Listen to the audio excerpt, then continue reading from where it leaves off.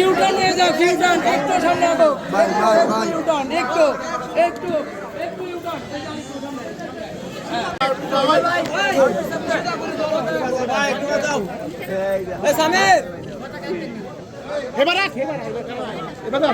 ভাই ঠিক আছে না? হ্যাঁ হ্যাঁ